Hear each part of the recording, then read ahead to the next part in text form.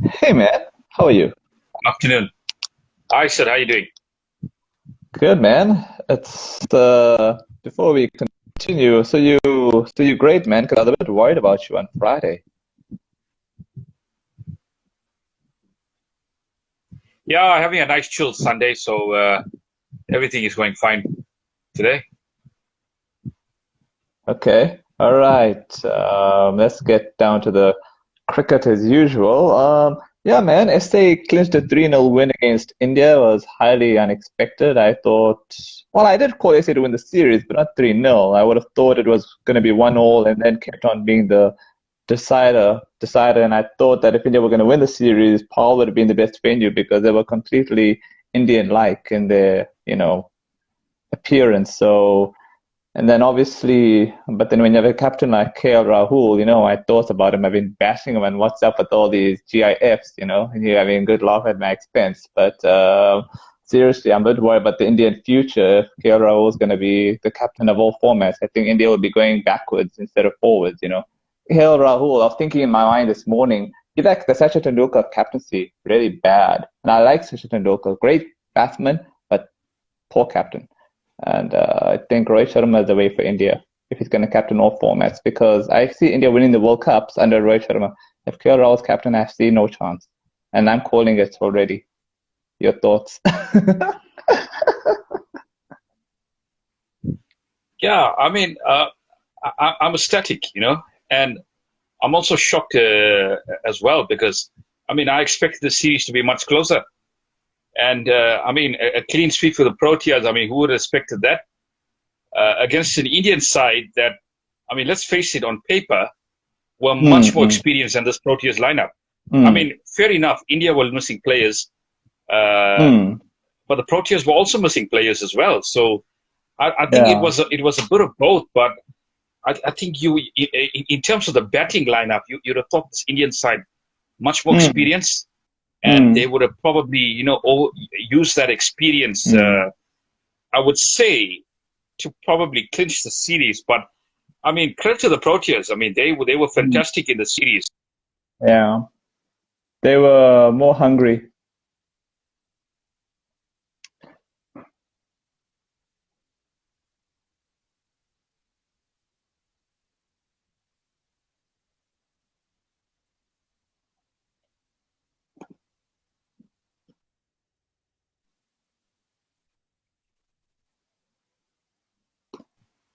Oh, sorry, I couldn't hear your last words there. Yeah, the Proteas were more hungry and they outbatted India in the series, and that's how you win Mm, one day mm, matches. You outbat your opponents, and let alone outbatting. At times they mhm, outbowled them as well, which I was found mm, quite surprising as well. Because if you look at the bowling lineup was way more inexperienced. If you think about it, you had no Nokia, you had no mm, Ravada, mm, and you mm. literally had Giri. He has played quite a few ODIs, but he's Right. being the leader of the attack, and you had the likes of Mm, Magala, Keshav, mm, mm, uh, mm. Yeah. I think Keshav was so superb in the series with his And control, and then Shampoo. Shampi came in, Yeah. and then obviously the likes of Pretorius in the last game. But uh, I just want to say something. That third T20, that third ODI, when Deepak Chahar was batting, I Mm. looked at that game and I said to myself, this is one that got away big time. But Yeah. wow, oh wow! Those overs from Giri, Petruquayo, and Pretorius was superb. And I think Petruquayo, I think we don't give you enough credit, but his bowling was Yeah. superb in the series. I thought Tiamba's captaincy was fantastic, and I'm always raving about him. But he seems to be my favorite player at the moment in the side. His batting Mm. is up leaps and bounds, and then his captaincy. It just seems that there's some players that captaincy just comes natural to them, and Mm. Tiamba is one of Mm. those players. It goes to show that he's had a Yeah. lot of success at domestic level, and it's just coming Mm. through naturally within the national setup as well. And if you look at if you look on the other side of the coin, KL Rahul, I think a reluctant captain. I feel being a bit reluctant in a way in the series. Uh, I mean, India were flat. India were flat in the field. Let's be honest. I mean, for large parts of this Yeah, series, flat. yeah, Uh, I think selections really cost them. The selections yeah, were not good. Picking a lot of tried and tested and failed players, I would say, in yeah, some regards, especially spinners. yeah. I mean, Ashwin and Chahal, they were really ineffective in the series. Let's be honest. And Yeah, no, I agree. In India you were know, like India were like England in the Ashes. That's how bad they were in the one day series. That's how bad they were, if I can put it in that way. I really think they played the safe option, and they went for the safe option right till the third ODI, where they could have made wholesale changes to that side, but they didn't. They just kept on playing the same, tried and trusted failed players, Mm. and they didn't see much results because I think they could have easily made about two or three changes Yeah, in that second ODI. final Yeah. ODI. No, no, I don't Yeah, know. No, third ODI they made a lot of changes. That's the second ODI they kept the same team, which was a bit bizarre. I would have made a few changes there. yeah. Okay, but I'm just looking at the series as a whole, and the one thing Mm. that came short was their batting. Their batting Mm. really fell short. So I would think they probably should have given some of those some of those youngsters a go. And I mean, we know there's quite a few talented youngsters in that dugout there, but which they were. I mean, they were denied any game time, which I think, yeah, it's disappointing because I mean, yeah, overseas tour, you want to see how you fare in foreign conditions, and I thought, I mean, a guy like Gaikwad Mm. Ishan, they were very very unlucky to not get a game. Yeah. So yeah, selections wise was really puzzling. I mean, they were never really in it. I'm sorry to say this, but they were never really in it to win the series. And never at a time in the series. I mean, barring the last ODI, did they look like clinching the series? So Yeah. that's done the captaincy, that's done the selections. That's something they got to look at. But yeah, I mean, Mm. they're going back home now. I'm sure they want to bounce back strongly. They're Yeah, going I'm to have sure they some should. key players. So I'm sure they will let's against see Sri what happens. Lanka, West Indies. So these are nice, let's say, warm-ups to get your confidence back. Can't really go wrong there. I suppose, but I mean, you don't want to underestimate any opponents, especially Mm. at this given time. And the Indian side, I wouldn't say they're in transition, but they seem to be a side that needs to rediscover that form again, that winning Mm. formula at the moment, which I think it's lacking at the moment. Yeah. On a final note, nice to see the cock showing his class. He was the man of the match, man of the series. I know you had your doubts on him, or maybe that was just for the test matches. I think you always believed in him as an ODI player. But then I think I think COVID has probably knocked so many players sideways. I think they'll rather just choose one format over the other. And I think he's probably better in the ODI format. It's more relaxing for him. And I think that's shown, eh? So hopefully he keeps it up. I did tell you this off air when the test series were taking place, and he suddenly called quits on his test career. That this could be a blessing in disguise because I mean you could see the beast in the cock unleashed in the white ball format, and that's what you got in the series. I think he was a little bit more. I think this Yeah. really freed him up a bit, just made him play his Mm. natural game because I think that's Yeah. that's that's what you want from the cock to play Mm. his natural game. I think in test matches, I think you can't always play your natural game because I think there's times where you need to be a little bit more responsible on how you play the game. And I think he's that sort of player that's flamboyant at best. And Yeah. I mean, this is a guy. I mean, I watched his debut and I watched his first three games where he scored those centuries. I think 8 seasons ago, 9 seasons ago, and I mean there were big things expected of him, and I think he's fallen down the wayside. But I mean all players Yeah. go through that slump. Mm. But I mean with the start he had, he could have easily had about 25 to 30 centuries in ODI cricket by now, given his talent and given the amount of games he's played. But I just hope this is one that he looks back at the season. This is a series that made him, rediscover his form as a white ball player, and we get to see the best of de Kock in years to come. not only in series but in tournaments as well. I think he's due a big tournament where he's going to be, one of the top run scorers. I think he's probably relishing one of those tournaments. I think the next T20 World Cup, you're looking at that, and probably the World Cup in 2023. You got two massive tournaments coming up, so I think he'll want to star in one of those tournaments, and hopefully the Proteas can go very, very far in those tournaments as well. Okay, on that note, we shall proceed to the West Indies and England. Interesting T20 series. It's 2-all. Nice to see young talent doing well. I think there's a guy called Banton doing well for England, and there's a guy called Powell. So good to see West Indies putting in fresh faces.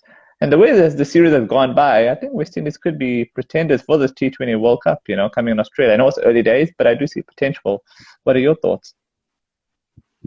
I think it's an extremely competitive series, eh? I've seen a little bit of it, but it's really, really competitive, and there's a lot of games that are going down to the wire, and that's good to see. And England, they looked a bit flat in the last game, especially in the field. But I mean, this was a fantastic comeback from them in this 40-20. And Moeen Ali, Moeen Ali, we don't really see the best of him sometimes, but I think we saw a glimpse of it last night with that power hitting. I thought that was a fantastic, masterful innings in T20 cricket, and that elevated that total to 190, which I think was going to be a winning total on that wicket. Although England started very badly with the ball, but they really came back superbly with those spinners in the middle overs to strangle all the Windies. So 2-all now. It's all to play for, and talking about the Windies, it's a little bit scary when you look at this batting lineup, and you got guys that can just hit from ball one, and not just hit the boundaries, but the fences as well, and hit those big ones into the stand. So it's encouraging signs for Windies cricket, especially T20 cricket. I mean, they didn't have the best of World Cups. I think there were a lot of players that were picked on a reputation rather than form. I think their selections were very poor in the World Cup. Hence, they made such a bad tournament. Probably one too many tournaments for a few players. I think we can mention those we can mention those off air, but I don't really want to bore you down. I think you know who those players are. But it's nice to see good fresh faces, and they clean strikers of the ball, which makes them very dangerous opponents in T20 cricket. So I think the best way to beat them is to keep on taking wickets, and you got to take wickets early, because if you let them settle, they can make you pay, and they can make you pay really badly in this format. I was just thinking, if the pitches are flat in Australia, flat and true, I think West Indies will really fancy their chances in that World Cup in Australia. But my only worry is that the pitches are bouncy, as well as being flat, they may fall short somewhere along the line.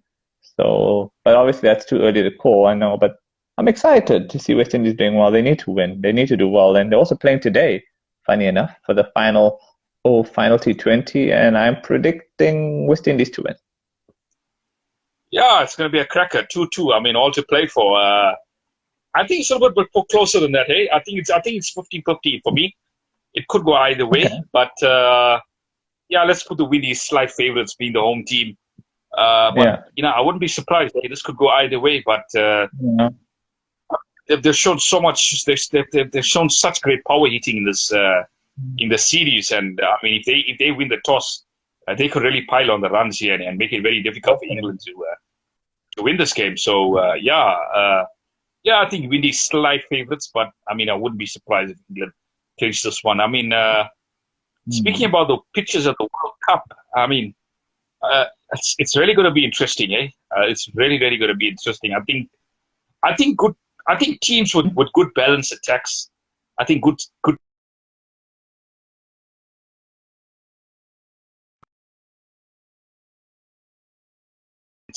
It's interesting times, and I'm looking at this Proteas side as a whole as well.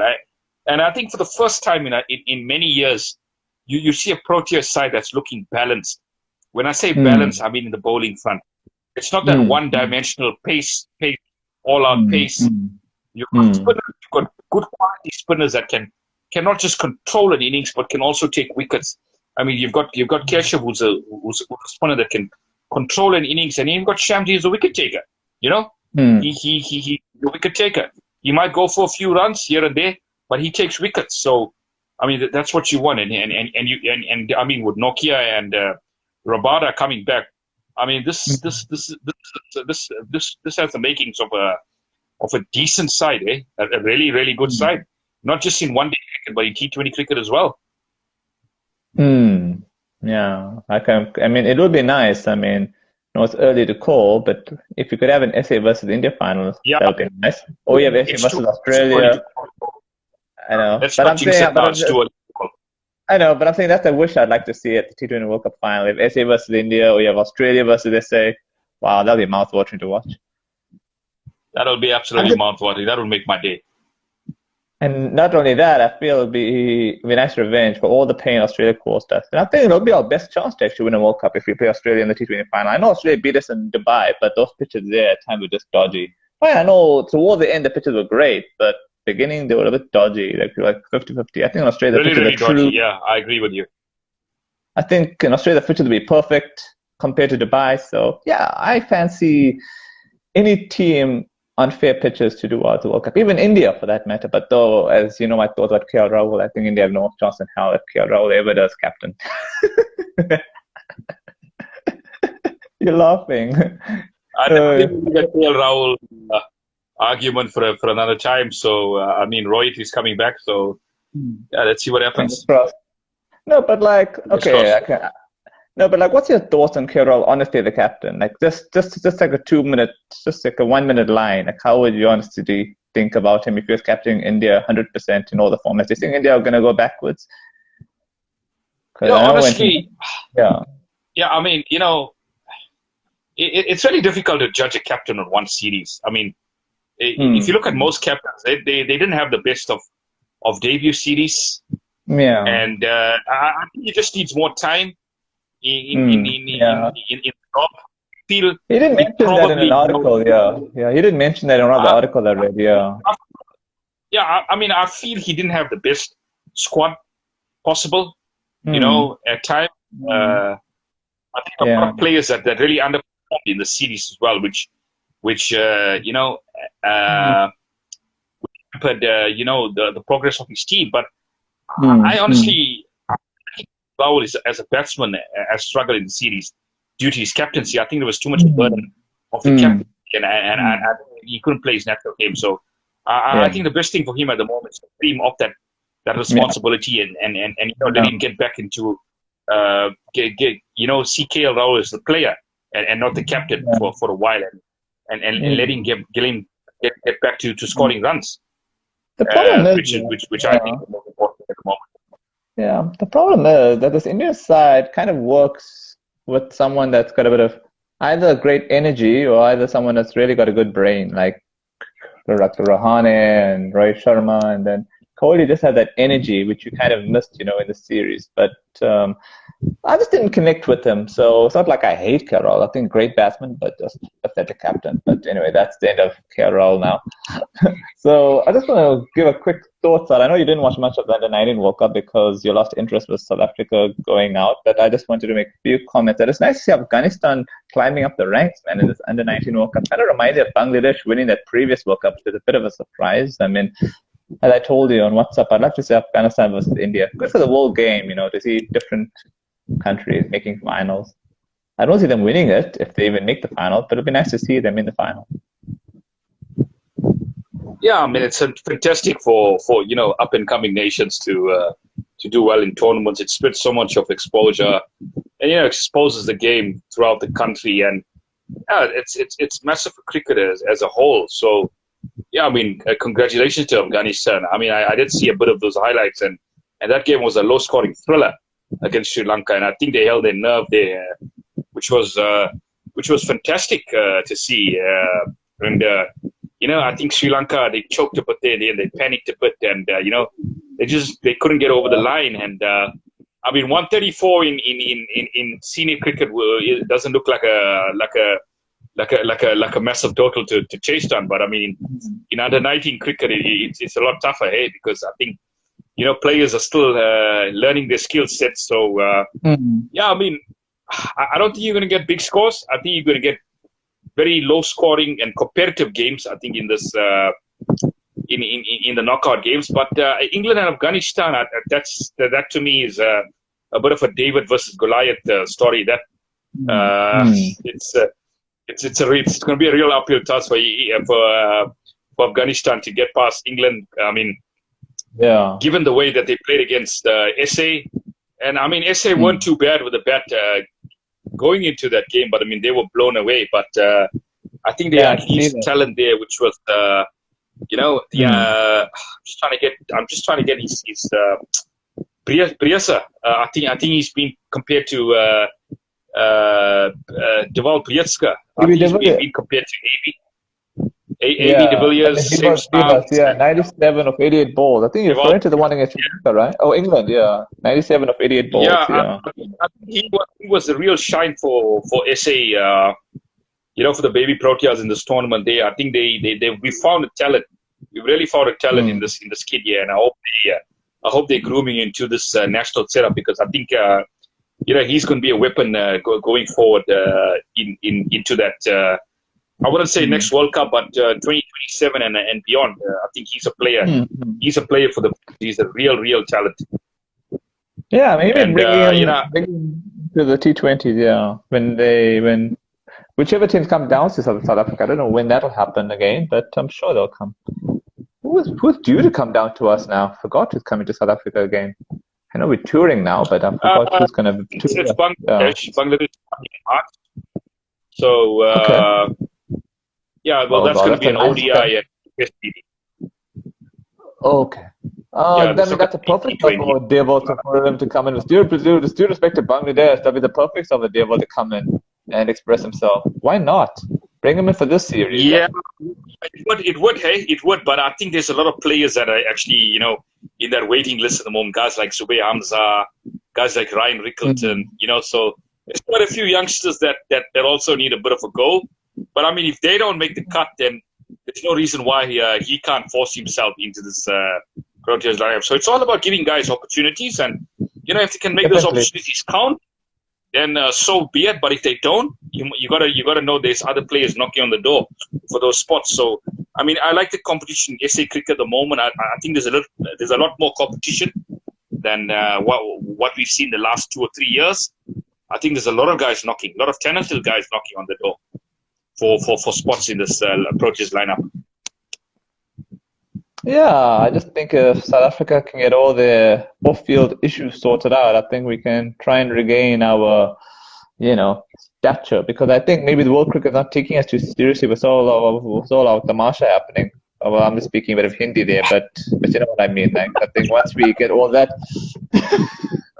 it's true, man. Too much nonsense. I think world cricket is not taking us seriously enough, man. So I think we can get that sorted out. The sport thing is obviously quite difficult at the moment. I don't want to go too much into it, but I think we can speak about it on the next show possibly, if we do have more news as to the court hearings at the moment. But at the moment it's a bit low key, so I don't think we should dive too much into it at the moment. I'm just speaking generally. But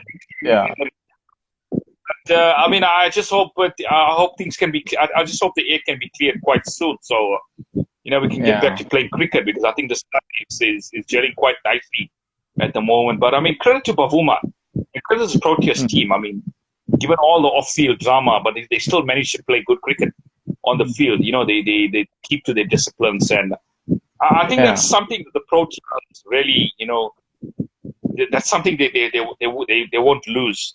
They will still, look at it and they'll take it one game at a time, and they'll give their 110% on the field, and I guess you can't control what's happening off the field, so the only thing you can control is your performance on the field. So I think the players know it fully, and I think they'll keep on giving their best to this team and to the country. Yeah, man, I was just looking at the fixture list for SA versus New Zealand of the Cup. They're both playing matches in Christchurch due to COVID reasons, the delightfulness of COVID. So at least SA will have a bit of familiarity more with the pitches. I think, just to make a short summary of this series, I think the only chance for New Zealand to really win the series is to have dry pitches. I remember the one dry pitch they did against us, and we nearly lost it until rain came to save our butts. So I think that's New Zealand's best chance of winning it. And really grassy pitches, you know the story. We'll win that series. Whether it's 1-0, 2-0, we'll win it. So easy summary for me on that series. Yeah, I mean, sure. The time zones are going to be a bit of a terror this series, but I mean, it's so, I mean, it's really going to be difficult covering the series with the time zones in New Zealand at the moment. But I'm going to try my best to catch it up. watch a lot of catch it up. You can watch it. To me, it's an interesting series. Yeah.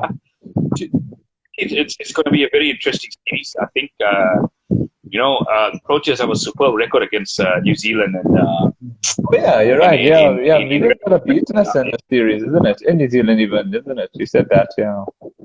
Yeah, that's correct. That's correct. So the Proteas have been playing New Zealand. I think it's about probably 90 years now that they've been playing New Zealand. Been playing each other, and the Proteas are unbeaten in all test matches. All test series. They've lost 4. They've lost 4 tests to New Zealand, and they've won 25 of those. So, I mean, you can really see the disparity there. It seems to be a bit of a no contest, but I mean, the New Zealand of 2022 is very different to the New Zealand of 5 years ago, or the New Zealand side of the 90s. I think this New Zealand side is a little bit more street smart. They're a little bit more in your face. They've got a good lineup, and they can't be taken lightly at all.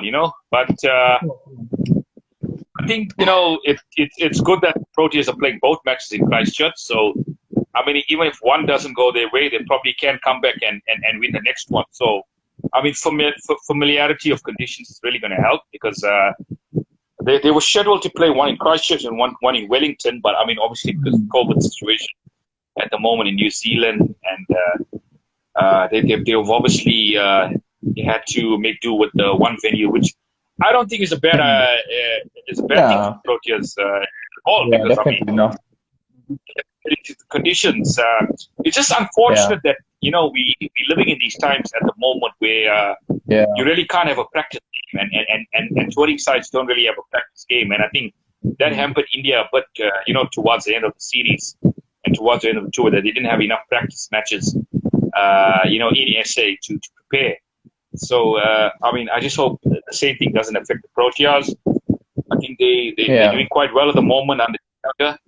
And I can only hope this form continues in New Zealand. So, I'm going to be a bit bold here, and I'm going to give you my prediction for the series. I'm going to go 1-0 to the Proteas, probably one drawn game, and the Proteas to win one test matches and then end the series.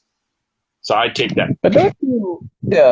But I feel this series is dependent on the pitches that get prepared. I think if it's all grassy for the series, that's SA all the way.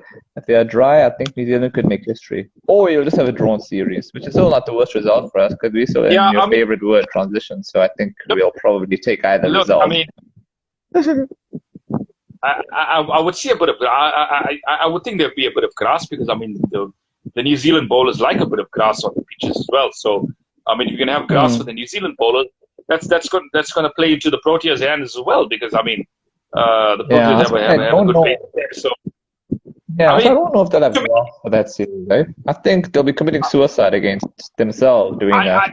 I honestly feel, I mean, it just goes to show. I mean, we spoke about the India series. I'm going to speak about it in this series as well. I think you got 2 quality bowling lineups. It's all about who bats better at the end of the day. Who can hold their nerve with the bat are going to come out trumps in the series. So I think it's a battle of the batting lineups, and I think the one worry for me is the form of Aiden Markram at the moment. I think this is his last series, possible to make an impact, because I mean, if he doesn't get it right in this series, I can really see him out of the setup for a while now. So I think this is his last chance at the moment to get some runs, and if he doesn't make it count, I could see Aiden Markram out of this lineup Yeah. for a while, and you could see a guy like Sadal Ervia come into the setup. So Yeah. yeah, I think they did the right thing by giving him this 2 tests, but if he doesn't make his count, I think he's gone. He's a goner. I think on a final note with Aiden Markram, to be fair to him, the pitches that we had in this year, they're really inconsistent. So I think in New Zealand, the pitches may seem around, but they'll be consistent in bounce. So I think he'll be a lot better in this series. I fancy him to make some runs, eh? I think he'll be okay. Yeah, I mean, we can only hope so. I think, he's put some runs, and I think he's causing a lot of pressure on that middle order as well by losing his wicket so early. And, poor Keegan Peterson coming in as an opener and facing that new ball. And, I mean, that's what I was saying. That's what I was thinking. That it should be made opener. That's why I said it should be made opener, and then Markram can bat at 4. Perfect chance for him to make himself shine. But anyway, I guess we'll just have to wait and see what happens. At the moment, I think they just go with and try to test it. I mean, looking at the Proteas, I think they wouldn't make any changes at all. What I'd love them to do, but I really can't see it happening, is playing an extra batter and dropping one of the bowlers, probably Olivier. I would love to see a guy like Ryan Rickleton get a chance in the series, batting at number 6. What are worried about, though, eh? 4 bowlers in test matches is not a good strategy, eh? I don't think so. 5 bowlers is good. I think we just need to take more responsibility with the bat. Seriously. That's why India started to do well, because of the 5-bowler strategy. Look, here's my argument. Okay. I do think this Proteas bowling lineup is good enough to take 20 wickets. With Jansen, with Rabada, with Ngidi, and with Maharaj. So I don't mind them dispensing that one, obviously, one seamer in Olivier, because I think Olivier was really highly ineffective in that series against India, and I was surprised that he dropped so much pace. Considering the last time, with a short ball barrage against Pakistan, and he was so lethal in that series, and he's lost a lot of speed. So it wouldn't be such a bad thing dropping him and playing an extra batter, but I can't see it happening. But I mean, if you want to play a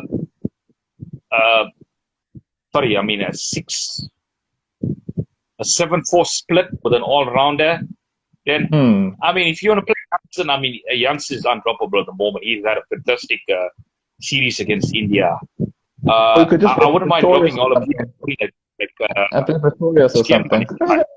A guy like Glenn Stearman. I think he'll do quite well on these pitches. And yeah, he's got a lot of pace in him, and I think you just need that extra pace. I think that extra pace is going to get you wickets. So, I mean, I'd love to see that happen, but I can't at the moment. I think they'll probably go the tried and tested lineup, and if it doesn't come good, then maybe you could see a bit of twinkling. But I'd love to see Ryan Rickleton in the side at some point. That kid has been playing things far too long, and he's far too talented as well. So yeah, I think he needs to be in the setup quite soon as well. Okay, before we wrap this up, okay, so let's just get our confirmations right. Okay, so we're both expecting West Indies to win T20s. My prediction for the Under-19 World Cup will be India to win it. And then what else is there to wrap up? Okay, then obviously we made our prediction SA winning New Zealand series. Anything else you want to confirm? I think it's going to be an India-England final in the Under-19 World Cup. Should be a cracking final. Okay. I think that's pretty much a wrap. I shall see you next week. Cheers, Sid. Chat to you soon. Take care.